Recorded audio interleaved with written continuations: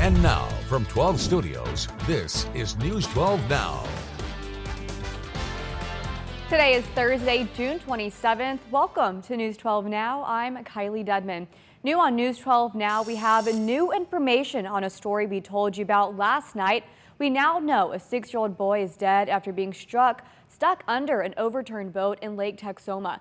Now, this cell phone video shows first responders pulling the capsized boat to shore last night. It happened near Sherwood Shores during a severe storm that blew through the area. Game wardens tells News 12 8 people were on board the personal fishing boat, 4 children and 4 adults. When first responders arrived, 1 child was missing, but was later found entangled in ropes under the boat. He was transported to TMC, where he was pronounced dead. Now, we will continue following this story. And a man charged with the death of a McAllister police officer from last night is headed to prison. From last year is headed to prison.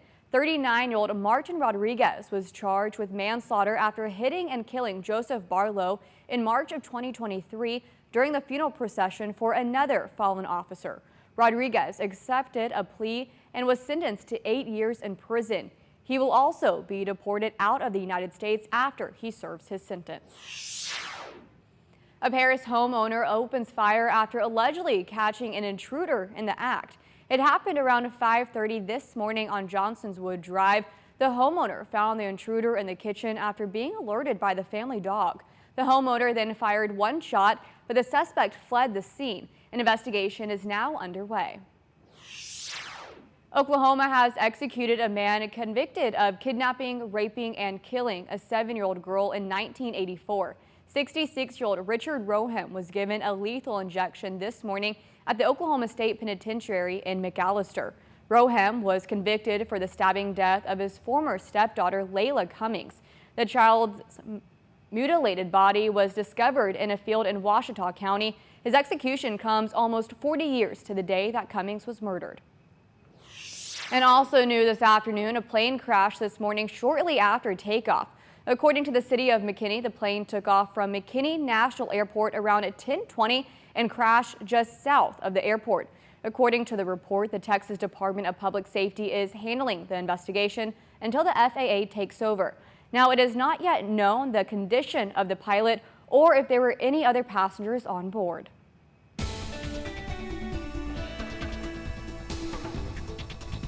We finally saw a little bit of rain and thunderstorm activity here in Texoma yesterday. However, it was pretty limited in coverage and did not last for very long. But with that being said, it actually did pack a punch for the locations that it did impact. As you can see by the storm reports, we had a lot of hail, which some of those little bubbles with the white bubbles on it, yeah, that's hail up to the size of golf and tennis balls, which is quite rare to get in June, especially just considering how warm the atmospheric profile is. So that was kind of crazy on its own. And some of us did get some much needed rain. Of course, we never want hail, but we wanted a little bit of rain after the hot and dry stretch we've been dealing with. Those are some of the totals that we've seen over the last 24 hours.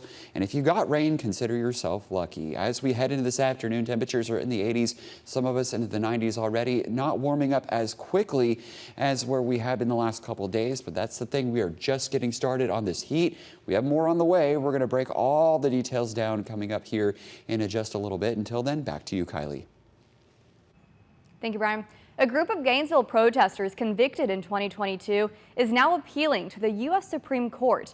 The 3 were arrested shortly after a peaceful march in 2020 to protest a Confederate monument outside the Cook County Courthouse. They were charged with obstruction of a passageway after they say they stepped onto the street to avoid a puddle.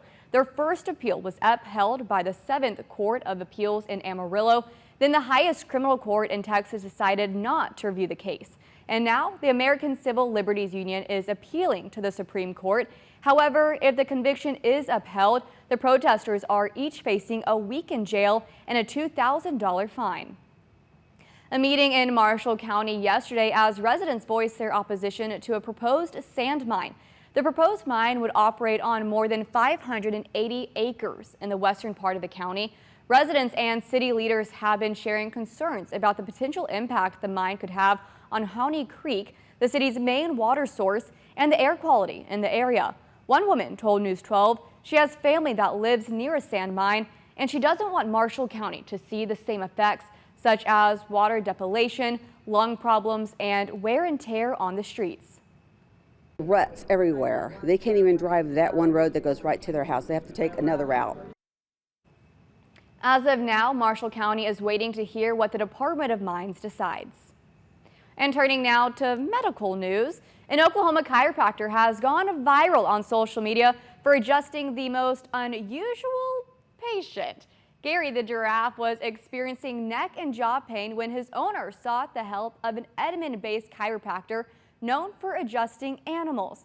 After his appointment, Gary was feeling all better. Videos of Gary being adjusted were posted to social media and together have more than 50 million views, shining a light on animal chiropractors to help other animals live happy, healthy lives like Gary the giraffe. Well, the State Fair of Texas has announced their semifinalists for the Big Tex Choice Awards food competition. 24 semifinalists were selected, with the lineup comprising of 10 savory and 14 sweet entries. Some of the options include pretty standard fare foods, such as the Dominican dog, which is a Caribbean twist on the typical corn dog. Others you probably haven't eaten near a Ferris wheel before, such as the deep-fried crispy Vietnamese crepes, also known as deep-fried banh xeo. Some of the food options, however, you may never have heard of before at all, such as the cotton candy bacon on a stick. Now, we'll definitely need to do more investigating on that one. The top 10 entries will compete in the final round at this year's Big Tex Choice Awards ceremony, and the fair itself will open Friday, September 27th.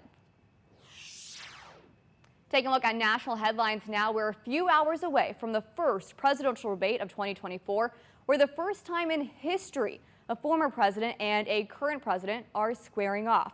Our Washington reporter Molly Martinez shares 3 things you need to know.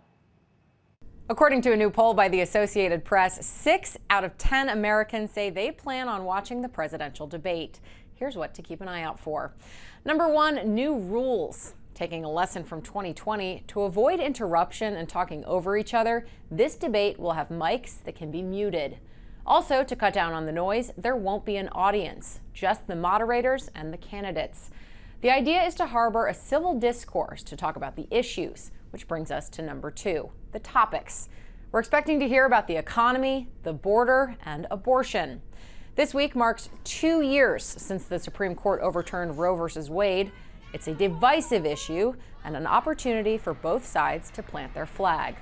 We can also expect barbs about Trump's legal woes and Hunter Biden's current scandals. And finally, what happens next? Both candidates will likely try and bank on the momentum of the debate, with Donald Trump expected to name a vice president in the upcoming days. A lot is riding on the performances Thursday, which will set the tone for the rest of the campaign. In Washington, I'm Molly Martinez. The Supreme Court handed down a ruling allowing Idaho hospitals to provide emergency abortions for now. It's the first time the justices considered the implications of state restrictions on abortions since overturning the federal right to abortion 2 years ago. But this procedural ruling sidesteps the issue, and as Natalie Brand reports, it could end up in front of the conservative majority court again. The Supreme Court has ruled Idaho ER doctors can perform abortions when needed in medical emergencies. The case focused on a clash between Idaho's near-total ban and federal law, which requires hospitals that accept Medicare to provide stabilizing treatment, including abortion care, to a mother whose health is at serious risk. During arguments in April, female justices pressed the state on medical emergencies like sepsis and hemorrhaging. Within these rare cases, there's a significant number where the woman is, her life is not in peril, but she's going to lose her reproductive organs. She's going to lose the ability to have children in the future, unless an abortion takes place. How can you impose restrictions on what Idaho can criminalize simply because hospitals in Idaho have chosen to participate in Medicare? The High Court's ruling could have implications on more than a dozen states that have adopted near-total bans on abortion. Some doctors will see this as a point of relief. Dr. Michelle Goodwin is a professor of constitutional law and global health policy at Georgetown Law. It also is a very strong signal to lawmakers and also those who are not lawmakers but are working in administrative government that they should stand down. Justice Ketanji Brown Jackson issued a separate opinion, writing, "Today's decision is not a victory for pregnant patients in Idaho. It is delay." The court did not address the underlying question of whether the federal law trumps Idaho's law in certain circumstances, and the case could return to the high court down the road. Natalie Brand, CBS News, Washington. Thank you for watching today's News 12 Now. Make sure to subscribe so you find out why Texoma turns to us. You can also follow us on Instagram and Facebook, where you'll see more social media exclusive content. Want more News 12 Now? Watch us live every weekday through the KXII app on your phone or TV and through our website.